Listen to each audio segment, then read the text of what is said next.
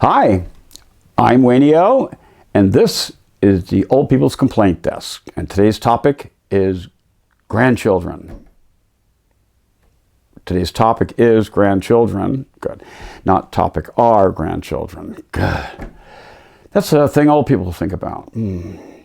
Grandchildren.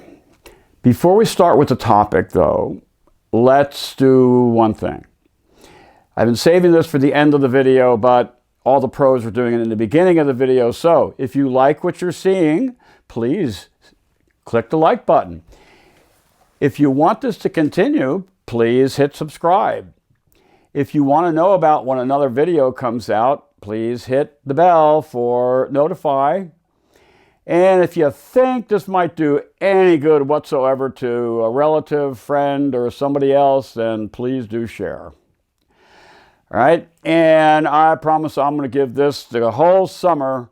I'm going to give it 100%, just about 100% concentration and time. But you know there's going to be a baseline there that I already have booked, and I'm not going to be doing it. All right, but I'm going to give you my full attention, and we'll see how it works out after the summer, and then I'll evaluate it or review it every year. Until then, here I am, talking to the camera. Hi, grandkids, okay? Grandkids, what is it that makes them so special? Is it that they're our children's children and we see our name or our genes walking on down the road and going that way? Is it? Or is it that they're fun? Even when they're in the terrible twos, there's always something to do to make that's fun. You know, you can always come up with something. Or what? What is it? I don't know. You tell me. I just like spreading the blanket out, bringing out some toys, bringing a puppy or two in, and the grandkids in when they're under like 1.5, 2 years old, and pop down on the floor on top of that blanket and just play. That's my idea of a fun afternoon. Just playing. Maybe we'll go outside. Right? So involvement. It's a bit of an involvement, right? But you want to bond? You want to bond with your grandkids? I think it comes down to a very simple formula. If you want to bond with your grandkids, get your face in front of them. FaceTime. It's FaceTime. Yeah, they're brand new, just born, a couple months old. They really can hardly barely focus and see at different distance. There's definite steps to development of vision and comprehension. And they're not going to know who you are, but you just get your face in front of them.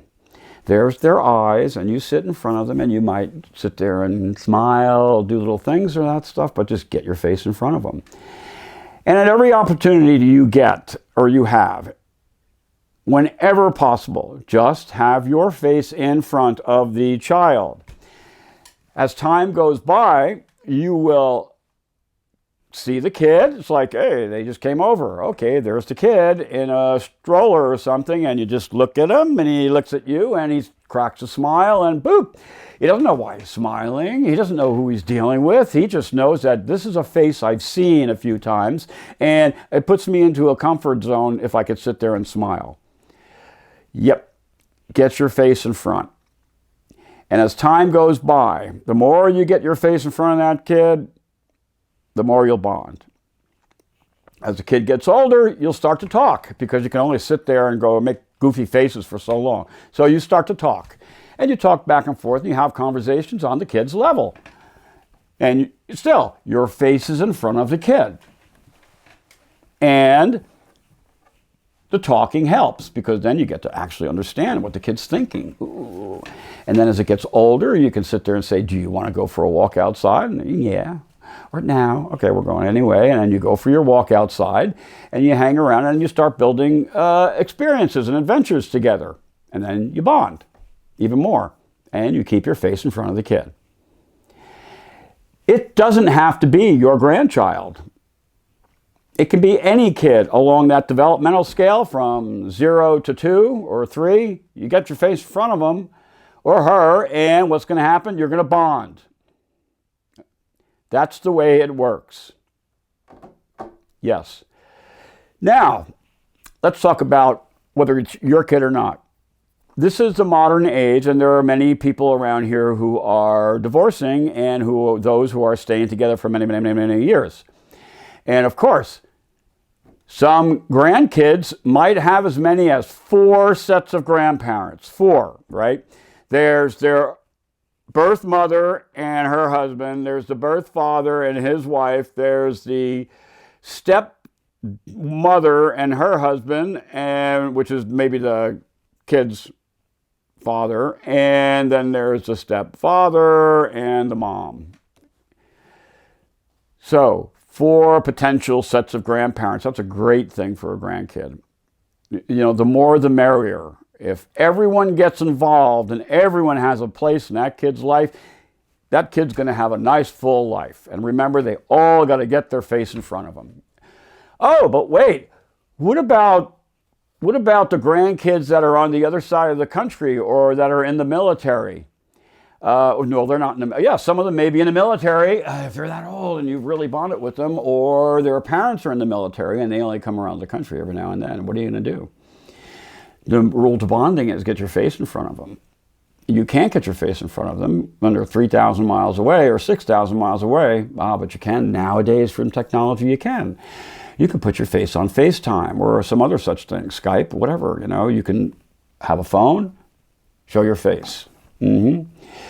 Yep. And, you know, since these kids that are coming up now as grandkids are much more technical savvy, oh, you're not savvy at 1 year old with a phone, but all of a sudden you know that this thing does something. It has faces in it that are like this, and you might even want to play with it once in a while and do things like mom and dad. So whereas a kid in my age, or my, age bracket from way back when, we didn't have phones, and you saw TV, you didn't know what you're looking at. So we had moving pictures, and moving pictures, or a photograph sometimes showed a grandparent's face, but you really don't know who that is. The kid doesn't know who that is because it only saw it once or twice. No, you got to get your face in front of the kid, even though it's far away. So that means if you sit there like this and you make videos and you send them to the kid, that's getting your face in front of the kid. Yep. No matter where it is. Then the kid who's far, far away starts to grow a little bit older, and you get to see the kid once in a while. And even if you don't see the kid once in a while, you still keep your face in front of the kid so the kid knows your name, or at least your title. Like, what are you, Grandpa, Poppy, who that guy over there is? First name basis, it's Wayneo. Okay, cool.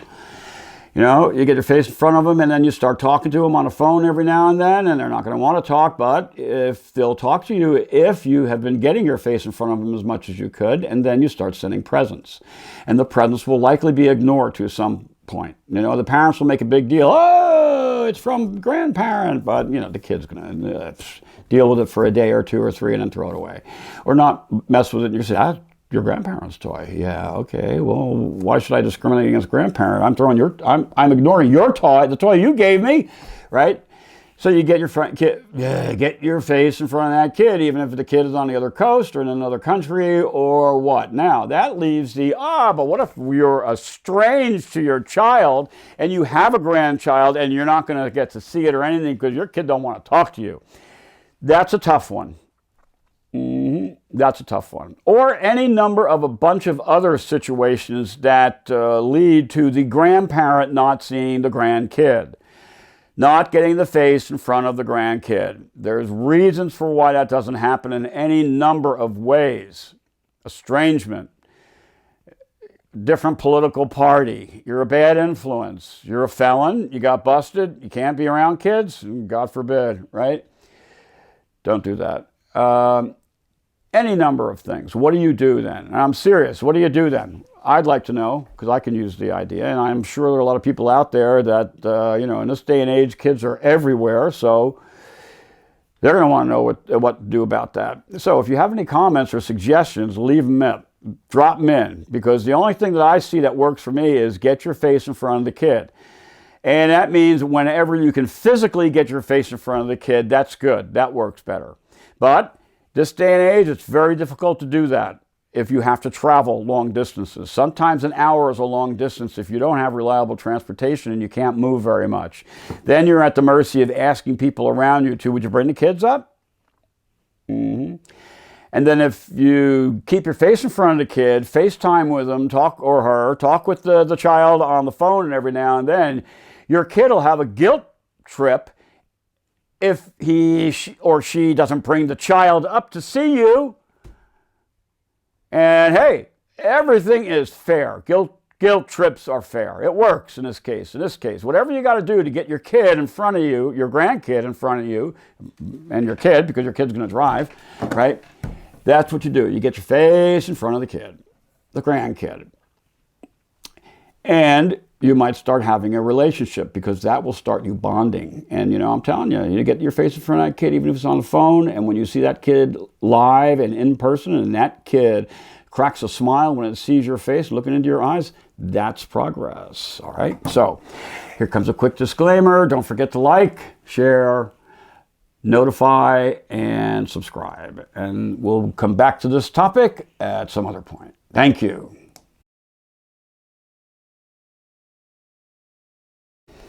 Hi, this is Waynio with a disclaimer.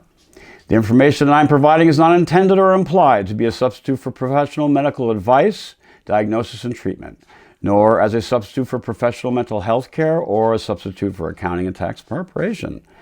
These stories are my experiences. Go and have your experiences, and may they be guided by competent professional help. And I give public notice that all names are fictitious composites and I'm representing no one person, alive or otherwise.